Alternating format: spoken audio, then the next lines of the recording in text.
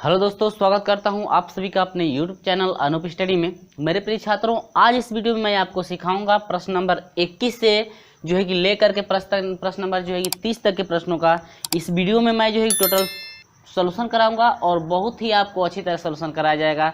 Trick द्वारा ही solution आपका कराया जाएगा। तो चलिए मेरे प्रिय छात्रों, मैं आपको लेकर चलता हूँ प्रश्न नंबर 21 की तरफ। और हाँ, अंत तक हमारे साथ जुड़े रहिएगा। यदि आपको वीडियो ज़्यादा अच्छा लगेगा तो ज़्यादा से ज़्यादा वीडियो को एक लाइक जरूर कर दीजिएगा। और हमारे साथ नहीं जुड़े हैं तो चैनल को जो है कि हमारे सब्सक्राइब करके साथ में हमारे जुड़ जाइएगा और साथ में बेल आइकन को प्रेस भी कर दीजिए, ताकि जब भी आपके लिए ऐसी वीडियो मैं अपलोड करूं आपको समय से नोटिफिकेशन सबसे पहले आप ही को पहुंचे। ठीक है, तो चलिए बात करते हैं प्रश्न नंबर 21 में। ध्यान दीजिए, प्रश्न नंबर 21 बहुत ही बढ़िया क्वेश्चन है। देखिए, मैं यहाँ पर रख देता हूँ। यहाँ पर दे रहा है कि जिस समय सूर्य की ऊंचाई 60 डिग्री होती है उस समय की तुलना में जिस समय सूर्य की ऊंचाई 30 डिग्री होती है उस समय की तुलना जमीन पर खड़ी मीनार। एक जो है कि यह मीनार है। ध्यान दीजिएगा मेरे प्रिय छात्र, यह एक मीनार है। अब कह रहा है कि एक समय यहाँ पर मान लीजिए सपोज दैट यहाँ पर ए एक सूर्य है, यह ए क्या है, सूर्य है, कोई दिक्कत नहीं है। यह एक आपकी मीनार हो गई। क्या हो गई मेरे प्रिय छात्रों? मीनार। अब यह एक मीनार हो गई। कह रहे कि मीनार से जब यहाँ पर सूर्य रहता है तो उस समय यहाँ पर जो आपका कोण बन रहा है इसका, यहाँ पर कितने डिग्री का है मेरे प्रिय छात्रों? 60 डिग्री का। ध्यान दीजिएगा। और एक ऐसी स्थिति आती है जिस समय इसका कोण 30 डिग्री बनता है ना, जिस समय इसका कोण कितना डिग्री बनता है? 30 डिग्री, यहाँ से यहाँ तक है। जिस समय इस सूर्य का ये कोण जो है आपका 30 डिग्री बनता है मेरे प्रिय छात्रों, तो यह कह रहा है कि हाई मीनार की छाया से यह जो पूरी छाया है 30 डिग्री वाली जो छाया है वह 40 मीटर क्या हो जा रही है? अधिक हो जा रही है। ठीक है, 40 मीटर क्या हो जा रही है? अधिक। यानी कि ये 60 डिग्री वाली जो छाया, यानी कि सूर्य यहाँ पर रहेगा तो ये तो क्लियर है कि जब सूर्य यहाँ पर रहेगा तो मीनार की तो छाया ये बनेगी, तो 60 डिग्री पर भी छाया बनेगी और जो है 30 डिग्री पर भी छाया बनेगा। लेकिन ये कह रहे जब 60 डिग्री पर छाया बन रहा है इसकी तुलना में 30 डिग्री वाला जो छाया है यह 40 मीटर जो है क्या है? अधिक है। तो मान लेंगे कि यहाँ से यहाँ तक की जो मीनार की छाया है यक्स की, तो अब यहाँ से यहाँ तक पूरी जो छाया होगी ना तभी ना 40 मीटर अधिक होगा। यानी एक्स प्लस कितना हो जाएगा? 40। कन्फर्म हुआ? तो ये क्या पूछ रहा था मेरे प्रिय छात्र? कह रहा है कि 40 मीटर अधिक है तो लंबी होती है, तो मीनार की लंबाई ज्ञात कीजिए। तो मीनार की लंबाई आपको ज्ञात करना है। बहुत ही सिंपल तरीके से आपका सॉल्यूशन कराया जाएगा। ध्यान दीजिएगा। अब यहाँ पर आप लेंगे tan 60 डिग्री लेंगे तो आपका होता है, मान लेते हैं मीनार कितने के है भाई? एच की। एच बटा में हो जाएगा, यानी लंब बटा में आधार, यानी कि x हो जाएगा। ठीक है, आप लोग पता है कि tan 60 डिग्री का मान होता है मेरे प्रिय छात्रों करणी में 3, तो h बराबर हो जाएगा x, करणी में 3 बराबर हो जाएगा h बटा में x। फिर एक मल्टीप्लाई कर देंगे तो h बराबर हो जाएगा करणी में 3x। h बराबर कितना हो जाएगा मेरे प्रिय छात्रों? करणी में 3h। या नहीं तो x का मान निकाल लीजिए यहाँ से, तो x का मान, इसका हर एक मानेंगे x का मान निकालेंगे तो x बराबर हो जाएगा h बटा करणी में 3। ध्यान दीजिएगा, ये तो आपका क्या मिला? आधार मिल गया। कन्फर्म है? यानी कि ये जो आपका यक्स है, यक्स का वैल्यू आया h बटा करणी में 3। लेकिन हर हाल में हम लोग h का मान निकालना है, और जो मेरे प्रिय छात्रों h का मान जो निकलेगा वही आपकी मीनार की क्या हो जाएगी? ऊंचाई। तो कोई दिक्कत नहीं है। अब 30 डिग्री पाइए, तो tan 30 डिग्री, tan बराबर होता है लंब बटा में आधार। अब पूरा ये काम करेगा आधार का यहाँ से यहाँ तक, तो ये 40 का है, ये x का है, तो x प्लस 40, तभी तो एक पाल है, यानी 60 डिग्री वाला से यह 40 मीटर अधिक होगा। ठीक है, तो यहाँ पर हो जाएगा h यानी कि ऊंचाई बटा में आधार, यानी कि x प्लस कितना? 40। tan 30 डिग्री का मान होता है 1/√3। h बटा में कितना होता है? अब ये आपका हो जाएगा x प्लस, मल्टीप्लाई कर दीजिए तो यह हो जाएगा आपका करणी में 3h, करणी में 3h बराबर आपका हो जाएगा x प्लस 40। x को इधर ला दीजिए तो यह हो जाएगा करणी में 3h माइनस आपका हो जाएगा। अब यहाँ पर x इधर आएगा तो माइनस हो जाएगा। ठीक है, और लेकिन x का वैल्यू साथ ही रख दीजिए। h बटा में कितना है मेरे प्रिय छात्रों? करणी में 3। यह हो जाएगा बराबर 40। करणी में 3 से करणी में 3 में गुणा, करणी में 3 होगा, सॉरी करणी में 3 से करणी में 3 में गुणा 3 होगा, और 3 में से h घटाना है तो यानी कि 2h बटा में क्या हो जाएगा आपका? करणी में 3 बराबर हो जाएगा 40 बटा में 1 मानेंगे, 2 से घटाएंगे तो यह 20 हो जाएगा। 3 मल्टीप्लाई कर दीजिए मेरे प्रिय छात्रों, h बराबर हो जाएगा 20 से करनी में 3 गुणा हो जाएगा 20 करनी में 3। ये हो गया क्या, मीनार की ऊंचाई,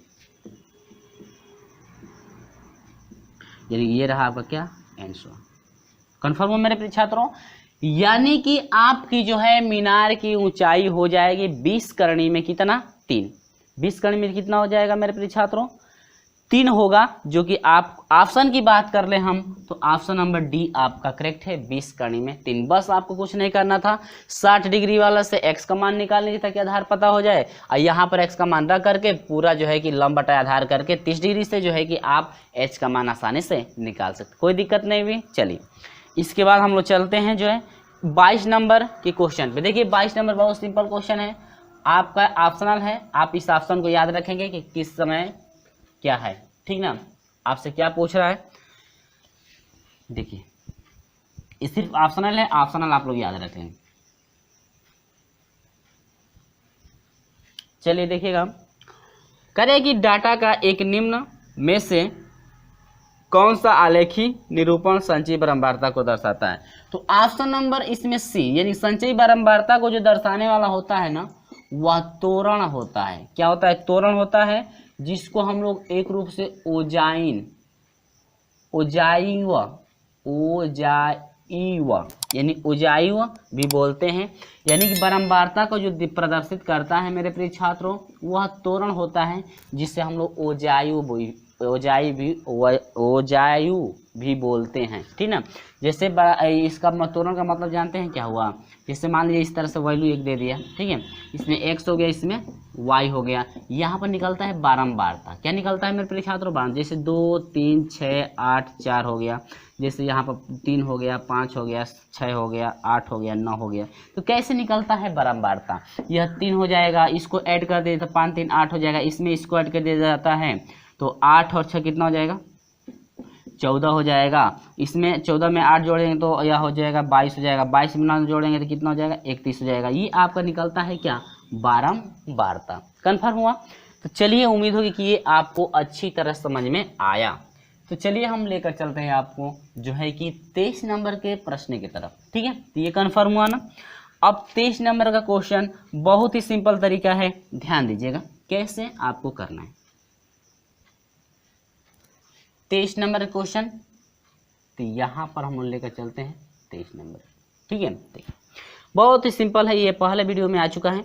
करीब 2 समान समकोण, 2 समान जो है समकोण त्रिभुज है, यानी कि 2 समान तक समकोण त्रिभुज बना लीजिए, यानी कि लंबाई चौड़ाई और ऊंचाई उनकी सेम होनी चाहिए सभी, ठीक है।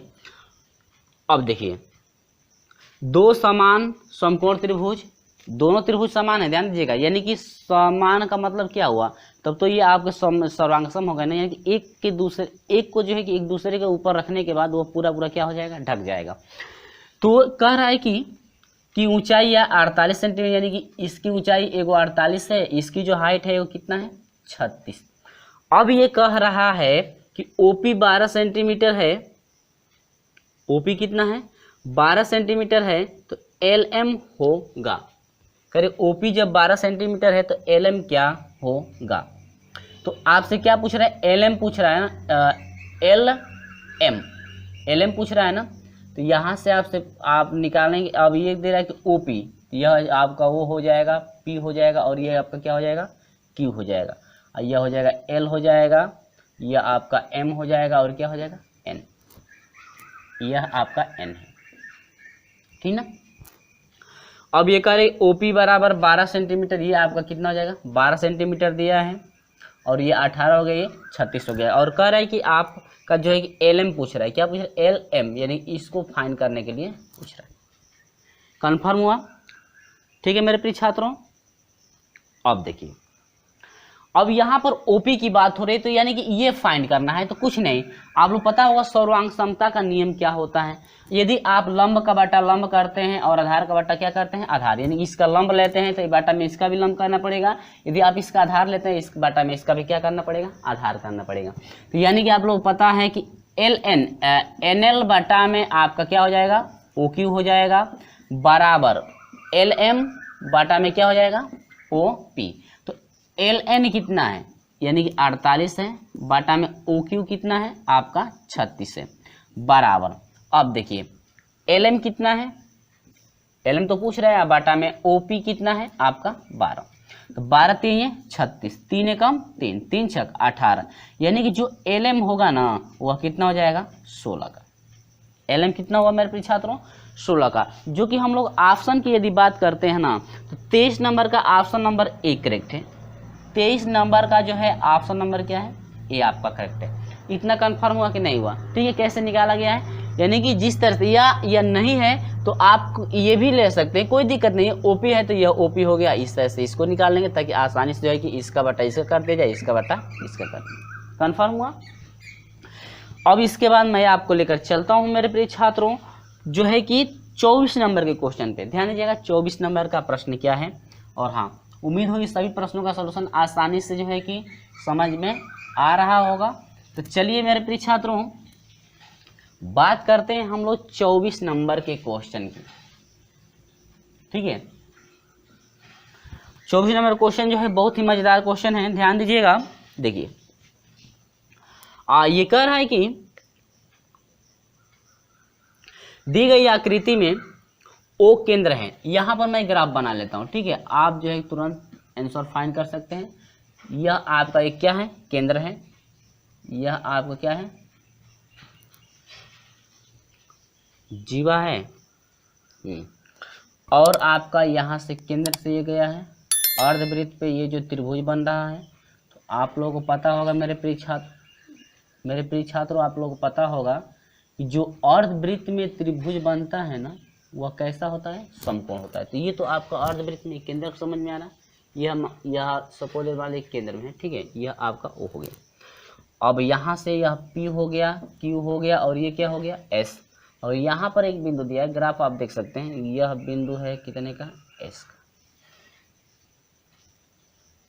ये जो बिंदु है यह R है, और यही आपसे क्या कर रहा है, तो यह x डिग्री की करे। x का मान जो है बराबर होगा, जबकि ये दे रखा है 35 डिग्री। ये कितना दे रखा है मेरे छात्रों 35। ध्यान दीजिएगा।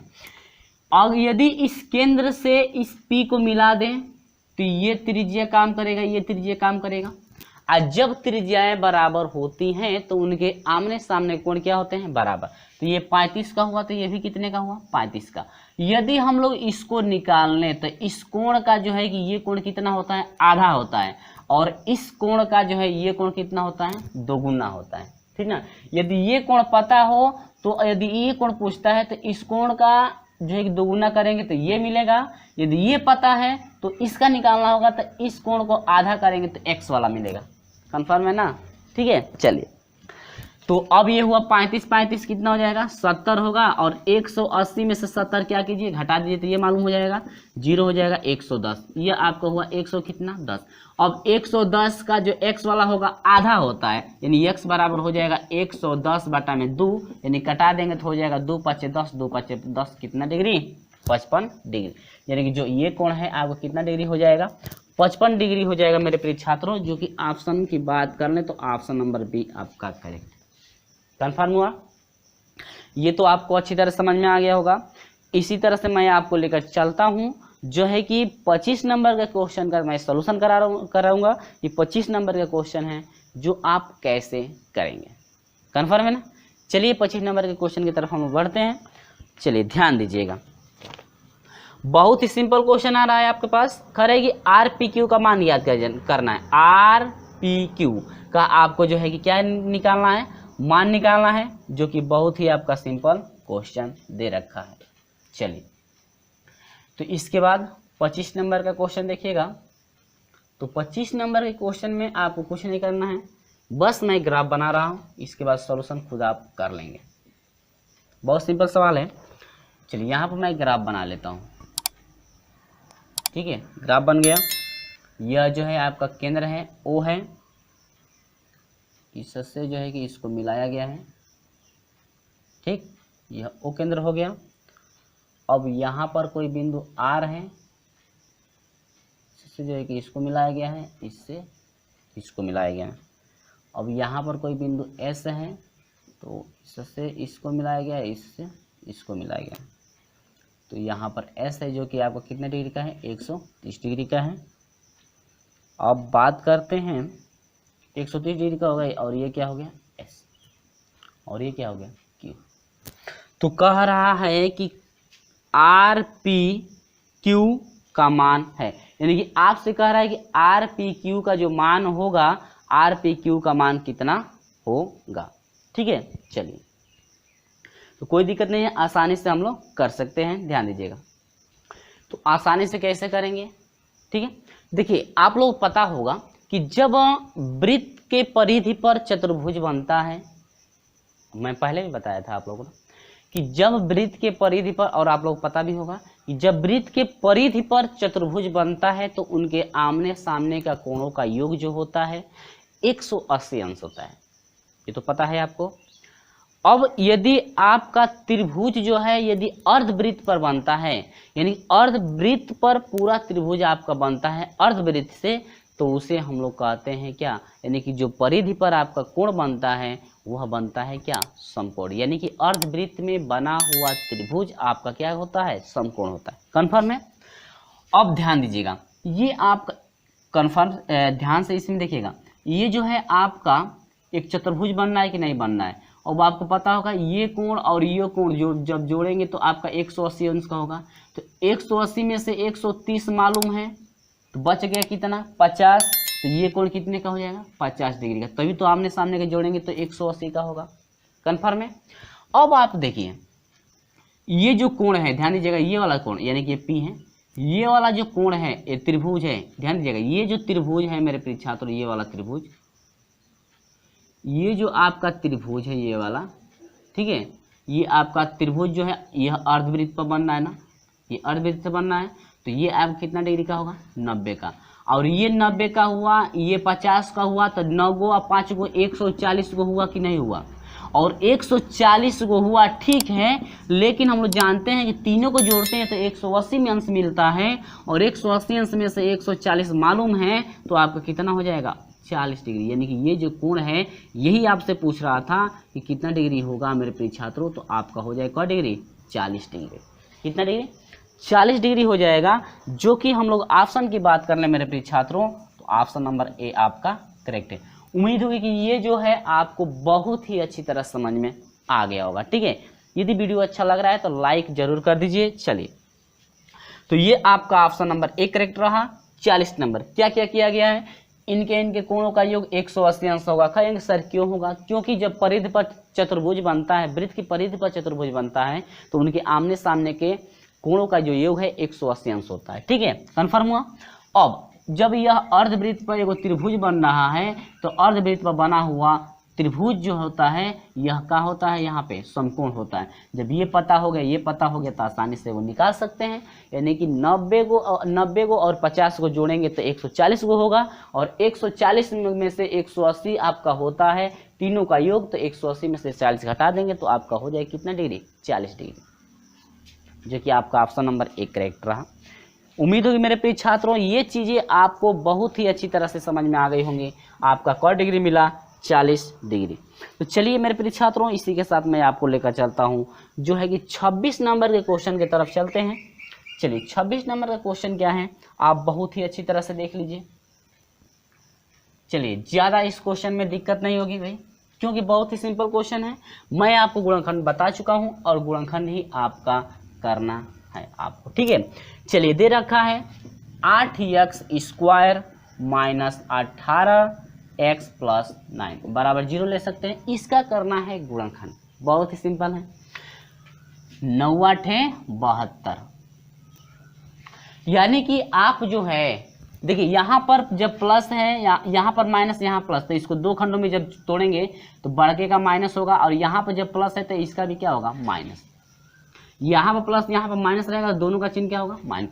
दो अंक ऐसे बताइए जिनका गुणा करने पर 72 हो जाए, और जब माइनस माइनस होगा तो जुड़ेगा, जोड़ने पर कितना, 18, 12 72, यानी कि एगो 12 हो जाएगा, क्या हो जाएगा, 6, 12 72 हुआ। अब देखिए जब x² का गुणांक रहता है तो इसमें भाग देते हैं, क्या देते हैं, भाग। कटा दीजिए, 4 दूनी के बाद 4 3 12, अब यह हो जाएगा 2 चौक के 8 2 3 6। तो आपका देखिए जब आप करेंगे क्या कि x का मान आप गुणनखंड करना है तो x, जब x का मान निकाला जाता है तो ये जो आपका चिन्ह होता है बदल जाएगा, यानी x बराबर हो जाएगा 3/2। कब? जब x का मान निकालना होगा तब। और जब गुणनखंड करना है तो x आई माइनस है तो माइनस लगा दीजिए, और 3 है तो 3, अब बाटा में 2 है, ध्यान दीजिएगा जब बाटा में 2 रहता है तो 2 x के साथ चला जाए, जो हर रहता है ना वह x के साथ चला जाएगा। इसमें भी वही काम, हर कितना है 4, तो x के साथ 4 हो जाएगा, आई माइनस है तो माइनस लगाएंगे, 3 है तो 3। ठीक है, उम्मीद होगी ये ट्रिक आपको अच्छी तरह समझ में आ गया होगा, और मैं ये ट्रिक गुणनखंड वाला आपको बता भी चुका हूँ, और आप पढ़े होंगे तो अच्छी तरह से आपको समझ में आ गया होगा। और बात करते हैं हम लोग ऑप्शन की मेरे प्रिय छात्रों, तो ऑप्शन नंबर डी आपका करेक्ट मिल रहा है। ऑप्शन नंबर क्या है? डी आपका करेक्ट है। समझ में आया? सभी चीज़ें आपको अच्छी तरह समझ में आ रही होंगी। ठीक है फ्रेंड्स, चलिए अब बात करते हैं हम लोग 27 नंबर की तरफ चलते हैं। 27 नंबर की तरफ चलते हैं। आपका 27 नंबर क्या है? बहुत ही सिंपल तरीका रहा। चलिए 27 नंबर क्वेश्चन आ रहा है आपके पास, x² माइनस 19x प्लस 10 बराबर कितना? 0। इसको आप दो तरीकों से कर सकते हैं। कितने तरीकों से? दो तरीकों से। एक तो गुणनखंड करके जो x का मान निकलेगा 2 गो, उन दोनों को क्या कर दीजिए, जोड़ दीजिए, तभी आपको मूल का योग निकल जाएगा। लेकिन आपको एक फार्मूला पढ़े होंगे कि अल्फा प्लस बीटा बराबर, जब मैंने द्विघात समीकरण पढ़ाया हुआ था, एक गुणनखंड पढ़ाया हुआ था, द्विघात समीकरण पढ़ाया हुआ था, तो उसमें आपको आया था कि अल्फा प्लस बीटा बराबर होता है -b/a। तो यहाँ से द्विघात समीकरण का व्यापक रूप होता है, आपको पता ही होगा कि ax² प्लस bx होता है, प्लस क्या होता है c, बराबर कितना होता है मेरे प्रिय छात्रों? 0। यानी कि मूलों का योग अल्फा प्लस बीटा बराबर होता है -b/में, तो माइनस है तो माइनस, तो b का वैल्यू कितना है? -19 है, तो माइनस माइनस प्लस 19 हो जाएगा, बटा में a का वैल्यू यहाँ पर कुछ नहीं तो 1, बराबर कितना हो जाएगा? 19। यानी कि जो मूलों का योग होगा आपका 19 होगा, जो कि ऑप्शन की बात कर लें मेरे प्रिय छात्रों तो ऑप्शन नंबर सी आपका करेक्ट है। उम्मीद होगी ये चीज़ें आपको अच्छी तरह से, बहुत ही अच्छी तरह से आपको समझ में आ गई होंगी। और हाँ, वीडियो अभी तक का आपको अच्छा वास्तव में लग रहा है तो वीडियो को जाते जाते एक लाइक जरूर करके जाइएगा। चलिए मैं बढ़ता हूँ आपको लेकर के 28 नंबर क्वेश्चन की तरफ। चलिए तो 28 नंबर क्वेश्चन आपके पास है, स्क्रीन पे दिख रहा होगा। फटाक से इसका आंसर बताइएगा, फटाक से आंसर बताइए इसका 28 नंबर क्वेश्चन का, जो है कि फटाक से आप आंसर बताइए कि आंसर क्या होगा। चलिए जल्दी कमेंट द्वारा बताइएगा। ठीक है, 28 नंबर क्वेश्चन का जो है कि आंसर क्या होगा?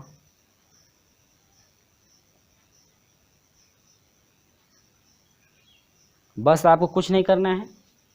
क्वेश्चन में दे रखा है, आपका सब कुछ दे दिया भाई।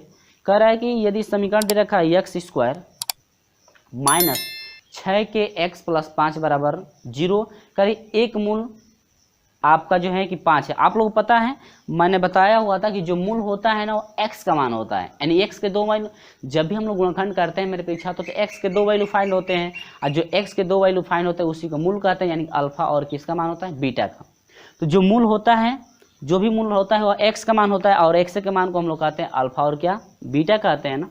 तो बस कुछ नहीं करना है। चलिए मूल तो दे रखा है, करे यदि दिया है x²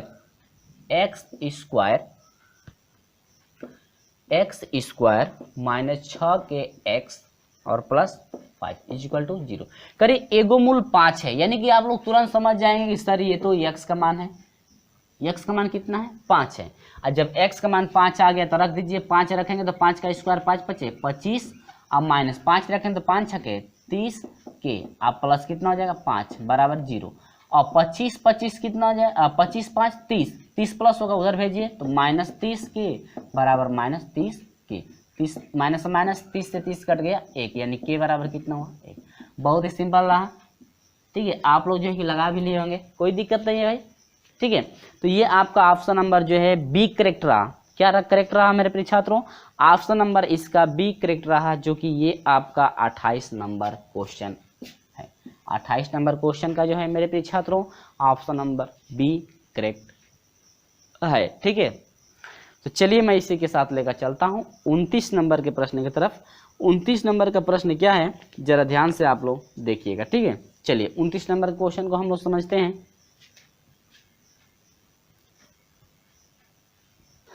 तो 29 नंबर जो है थोड़ा इंपॉर्टेंट है, आप इसे याद रखिएगा। यानी इस टाइप का क्वेश्चन आपसे पूछता है पेपर में, ठीक ना, कन्फर्म है कि पूछता है। अब ये कह रहा है कि यदि ए स्क्वायर दे रखा है मेरे प्रिय छात्रों, ए का पावर एक्स है स्क्वायर नहीं, बराबर बी का पावर वाई है, बराबर सी का पावर क्या है जेड, तथा कह रहा है बी स्क्वायर बराबर दे रखा है ए और क्या सी, तो कह रहा है वाई का मान ज्ञात कीजिए। बहुत सिंपल क्वेश्चन आपके पास आ रहा है। चलिए तो अब देखिए x बराबर, ये मान लेते हैं कि a का पावर जो x है बराबर b का पावर y जो है बराबर c का पावर क्या है z, बराबर कितने के हैं k के, मान लेते हैं ये कितने के हैं मेरे प्रिय छात्रों k के, ठीक है। अब देखिए आपको करना क्या है, एक बार b बराबर k के ले लीजिए, a का पावर x बराबर क्या ले लीजिए k, और a बराबर, अब आप लोग पता होगा ना, आपको ये बताया हुआ हूँ x स्क्वायर बराबर यदि आप निकालेंगे और ये घात हटाएंगे तो x बराबर हो जाएगा करणी में, x बराबर क्या होगा करणी में हो जाएगा, यानी करणी में जो है कि x हो जाएगा, और इसी को हम लोग लिखते हैं x बराबर जो है 1 बटा कितना, 1 बटा क्या हो जाएगा मेरे प्रिय छात्रों आपका 2 हो जाएगा। अब देखिए यानी कि x स्क्वायर को आप कितना लिख सकते हैं मेरे प्रिय छात्रों, 1 बटा में 2 आप लिख सकते हैं, कोई आपको दिक्कत नहीं, क्लियर है। तो उसी तरह से आपको करना क्या है, k बराबर हो जाए k के सर पे हो जाएगा 1 बटा में x, कन्फर्म है। अब कहाँ से आया भाई, क्योंकि x हटाएंगे तो ये करणी में चल जाएगा, करणी हटाएंगे तो 1 बटा में x के रूप का हो जाएगा। उसी तरह से b का एक बार डायरेक्ट मान निकाल दिए, y हटेगा तो यह हो जाएगा k के सर पे 1 बटा में y। उसी तरह c का मान निकाल दीजिए तो c बराबर हो जाएगा, z हटेगा तो k के सर पे हो जाएगा 1 बटा में z, निकल गया। अब आपका है बी स्क्वायर, ध्यान दीजिएगा बी स्क्वायर है तो बी की जगह पर कितना रखना है आपको के, ये रखना है, तो के के सर पे हो जाएगा 1 बटा में वाई आघात कितना 2, ठीक है, बराबर फिर ए का वैल्यू रखना है, तो ए का वैल्यू है के सर पे 1 बटा में क्या है x गुणे, अब सी का वैल्यू कितना है के सर पे है 1 बटा में g। अब यहाँ पर देखिए 2 से, ये घात का घात है 2 से मल्टीप्लाई, यानी के सर पे 2 बटा में y हो जाएगा बराबर के सर। अब देखिए जब घात का गुणा करते हैं तो आपस में जोड़ता है घात, तो के सर पे हो जाएगा 1 प्लस एक्स प्लस 1 बाई क्या z। अब जब देखिए आधार जब बराबर होता है तो घातों की तुलना कर देते हैं ना, आपको तो ये पता होगा, 2 बटा में y बराबर हो जाएगा 1 बटा में x प्लस 1 बटा में क्या z, ये तो पता है। अब एलसीएम ले लीजिए तो 2 बटा में y बराबर हो जाएगा x इंटू वाई हो जाएगा, x कट जाएगा, सॉरी x इंटू जेड ना, जेड हो जाएगा, x कट जाएगा, आपका z बचा, z से 1 में z प्लस z से z कट गया x से 1 में x, फिर 1 मल्टीप्लाई कराइए तो यह हो जाएगा, 2 से मल्टीप्लाई करेंगे तो 1 बटा में y बराबर हो जाएगा z प्लस x बटा में 2x इंटू जेड। और y का मान निकालेंगे तो ये भिन्न पलट दीजिए, यानी कि y बराबर हो जाएगा, जब ये भिन्न पलटेंगे y का मान निकालेंगे तो ये भी भिन्न पलट जाएगा, यानी 2x इंटू जेड और बटा में z प्लस क्या x, यानी कि ये रहा y का क्या मान। उम्मीद है मेरे प्रिय छात्रों ये जो है आपको अच्छी तरह से समझ में आ गया है। और हाँ, हम लोग ऑप्शन की जरा बात कर लें तो 2xz बटा में x प्लस जेड, या z प्लस x है तो x प्लस जेड लिख सकते हैं इसको, जो कि ऑप्शन नंबर डी आपका करेक्ट है। ऑप्शन नंबर क्या है मेरे प्रिय छात्रों, ऑप्शन नंबर जो है आपका डी करेक्ट है, कंफर्म हुआ ना, ये तो आपको समझ में आया।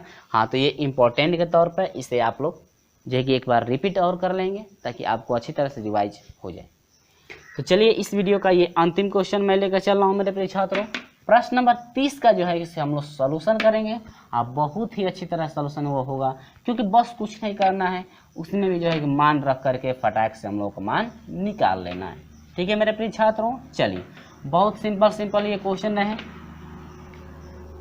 चलिए यहाँ पर हम लोग बढ़ते हैं 30 नंबर के क्वेश्चन की तरफ, जो कि इस वीडियो का ये अंतिम क्वेश्चन है। और हमारे साथ जुड़े जो है कि शुरू से लेकर अंत तक जरूर जो है कि जुड़े रहिएगा। ये अंतिम क्वेश्चन है, बस थोड़ा सा यह दिया है x प्लस 3, ठीक है, करें x स्क्वायर प्लस के एक्स प्लस 12 का एक गुणनखंड है, कोई दिक्कत नहीं है, का क्या है एक यह गुणनखंड है, तो करे k का मान ज्ञात कीजिए।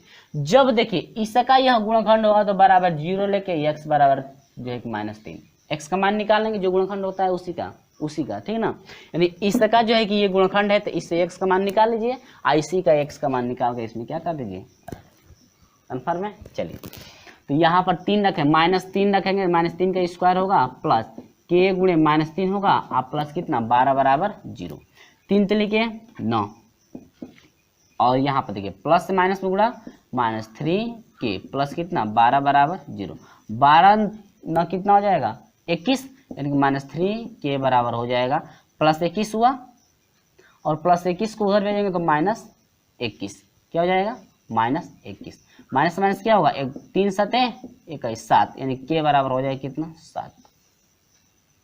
ये रहा आपका क्या आंसर, यानी कि k बराबर हुआ कितना 7, जो कि हम लोग का ऑप्शन की बात कर ले मेरे प्रिय छात्रों, तो ऑप्शन नंबर जो है आपका बी करेक्ट है। ऑप्शन नंबर क्या है, बी आपका करेक्ट है। ठीक है, तो उम्मीद होगी फ्रेंड्स कि जो भी मैं इस वीडियो में आपको जो है क्वेश्चन लगाकर समझाया हूँ, आपको अच्छी तरह से स्टेप बाय स्टेप सभी प्रश्नों का सलूशन समझ में आ गया होगा। और हाँ, अभी तक का वास्तव में वीडियो आपको शुरू से लेकर के जो वीडियो आप देखे हैं, ये वास्तव में आपको अच्छा लगा है तो जाते जाते एक वीडियो को लाइक जरूर कर दीजिएगा, ताकि मेरा मोटिवेशन और जो है कि बढ़ता रहे। और हाँ, अभी तक हमारे साथ नहीं जुड़े रहे हैं तो चैनल को सब्सक्राइब करके जो है कि हमारे साथ जो है कि जुड़ जाइएगा, साथ में बेल आइकन को प्रेस भी कर दीजिएगा, ताकि इस टाइप की जब भी मैं वीडियो आपके लिए अपलोड करूं आपको जो है समय से नोटिफिकेशन पहुंचते रहे। चलिए दोस्तों, मिलते हैं आपसे अगले वीडियो में, तब तक के लिए बाय बाय।